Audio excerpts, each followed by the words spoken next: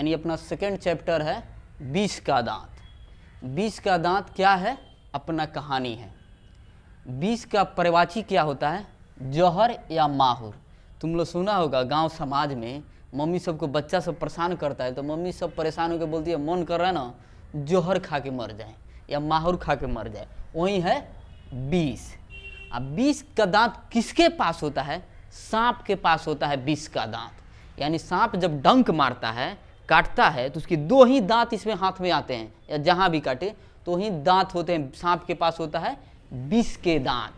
और सांप को सपेरा लोग पालता है, बोलता है हम लोग को नहीं काटता है, उन लोग 20 का दांत तोड़ दिया रहता है और उन लोग इसे अपना जीविकोपार्जन करता है लोग, सपेरा लोग। अब आता है 20 के विलोम शब्द क्या होता है? अमृत।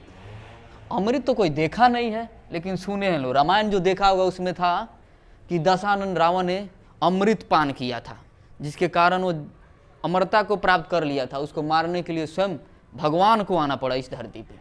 अब हम लोग पढ़ेंगे लेखक का परिचय, यानी 20 के दांत कहानी है, इसके लेखक कौन है। अब क्वेश्चन बन सकता है 20 के दांत क्या है, यानी 20 के दांत कहानी है। 20 के दांत कहानी है। अब 20 का पर्यायवाची क्या होता है? 20 का पर्यायवाची होता है जौहर, माहुर। 20 का विलोम क्या होता है? 20 का विलोम अमृत होता है। ऑब्जेक्टिव इसे बन सकता है, MCQ मल्टीपल चॉइस क्वेश्चन बन सकता है। 20 के दांत जरूरी नहीं है सांप को भी होता है, अपने समाज में भी लोगों के बीच में हो जाता है। अगर समाज में देखा होगा कोई अच्छा कार्य करना चाह रहा है, अपने बच्चों को पढ़ाना चाह रहा है, कहीं कुछ अच्छा कार्य करना चाह रहा है, तो उसके जो सगे संबंधी होंगे, दोस्त भाई बंधु होंगे, जिनके पास 20 की दांत होगी, बोलेंगे क्या कर रहा है, तुम इलेक्शन लड़ जाओ, तुम प्रमुखई करो, मुखिया का इलेक्शन लड़ जाओ और तुम्हारे सारे पैसे खर्चा कर देंगे, तुम कोई कार्य सफल नहीं हो पाएगा, तुम्हारी पैसा खत्म हो गई। यानी हो गए उसके पास 20 के दांत हैं। जो गांव में लोग अधिकतर बोला करते हैं कि मुंह में राम राम बगल में छुरी, यानी उसके पास 20 के दांत है, 20 के दांत है। अब हम लोग पढ़ें लेखक का परिचय। लेखक इसके हैं नालिन बिलोचन शर्मा, यानी 20 के दांत जो लिखे हैं उसके लेखक है नालिन बिलोचन शर्मा। नलिन बिलोचन शर्मा, जन्म इनका हुआ था 18 फरवरी 1916 ईस्वी को बदरघाट पटना में। ये लेखक महोदय अपने बिहार राज्य से थे। सबसे बड़ी बात है बिहार की राजधानी पटना से थे। पटना का पूर्व नाम पाटलिपुत्र कुसुमपुर भी कहा जाता था। अब पटना में तो बहुत ही सारा घाट है, जहाँ पे एक घाट था बदरघाट। अब पटना में बदरघाट है, वहाँ पे लेखक महोदय का जन्म हुआ था। पटना में गंगा घाट है, रानी घाट है, NIT घाट है। बेगूसराय में जाइए तो सिमरिया घाट है। गोपालगंज डिस्ट्रिक्ट में जाइए तो डुमरिया घाट है। जो बेतिया से होंगे उनके लिए है संत घाट है, पथरी घाट है, खिरिया घाट है। यूपी में जाइए 80 घाट काफ़ी फेमस है, लंका द्वार फेमस है।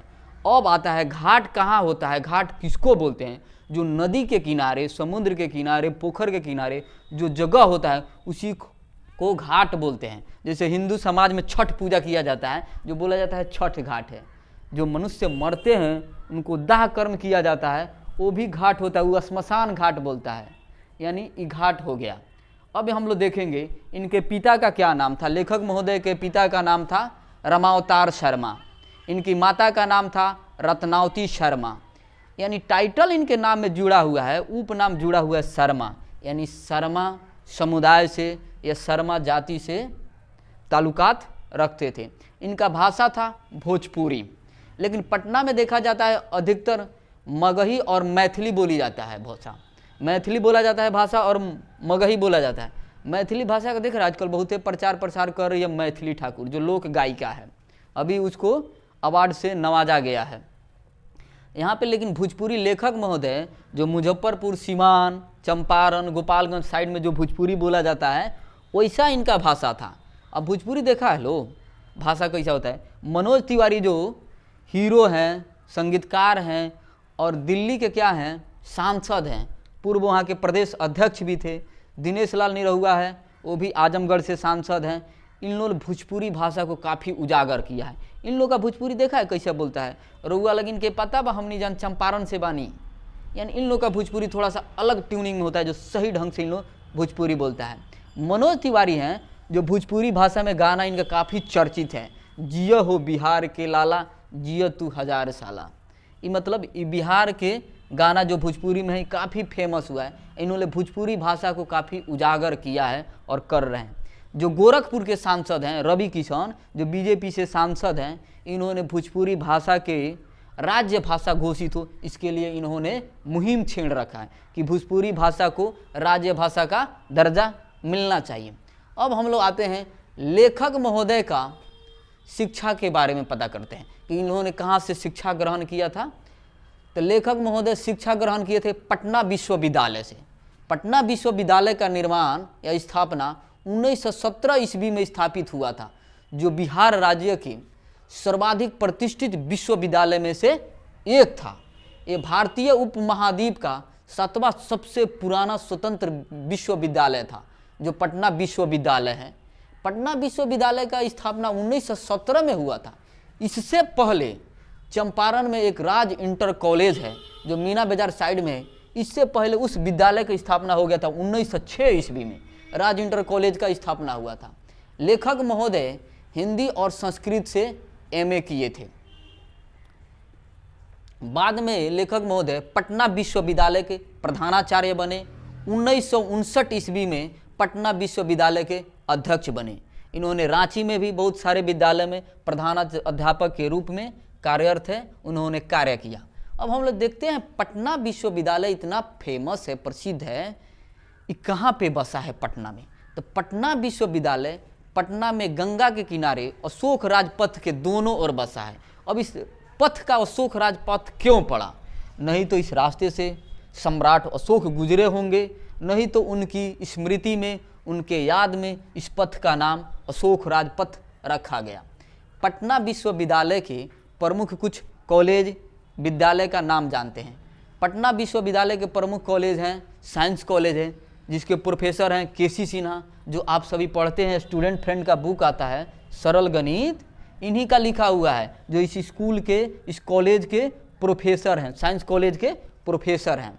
इसमें आता है पटना कॉलेज आता है, बीएन कॉलेज आता है, बीएन कॉलेज को बिहार नेशनल कॉलेज भी बोलते हैं, मगध महिला कॉलेज आता है। 1986 ईस्वी में बिहार में स्कूल का सर्वे हुआ। 1986 में बिहार का सर्वे हुआ स्कूलों में। 1924 में बिहार ऑफ इंजीनियरिंग कॉलेज बना था। 1924 में जब सर्वे हुआ उसके बाद 1924 में क्या हुआ था? बिहार इंजीनियरिंग कॉलेज बना। 2004 में इसे एनआईटी घोषित करके स्वतंत्र कर दिया गया कि आप स्वतंत्र रहिए, अपने हिसाब से रूल रेगुलेशन चलाइए। अब आते हैं हम लोग लेखक महोदय के सबसे प्रसिद्ध रचना दृष्टिकोण, साहित्य का इतिहास, दर्शन, मानदंड, संत परंपरा इत्यादि। इसी में से है अपना 20 का दांत। 20 का दांत लेखक है। अब क्वेश्चन आता है लेखक महोदय के बारे में संक्षिप्त हम लोग विवरण पढ़ रहे हैं, परिचय पढ़ रहे हैं। 20 का दांत क्या है? तो कहानी है। 20 के दांत का पर्यायवाची क्या है? जहर है, माहुर है। दूसरा क्वेश्चन आता है 20 का विलोम शब्द क्या है? अमृत है। आता है लेखक महोदय का क्या नाम है? नालिन बिलोचन शर्मा। इनका जन्म कहाँ हुआ था? 18 फरवरी 1916 ईस्वी को बदरघाट पटना में हुआ था। इनकी भाषा क्या थी? भोजपुरी भाषा थी। ये नहीं देखेंगे कि पटना में इन्होंने पैदा लिया था या पैदा हुए थे तो वहाँ पे वो मगही, मैथिली ऐसी भाषा कुछ बोलते थे। इनका शिक्षा कहाँ पे हुआ था?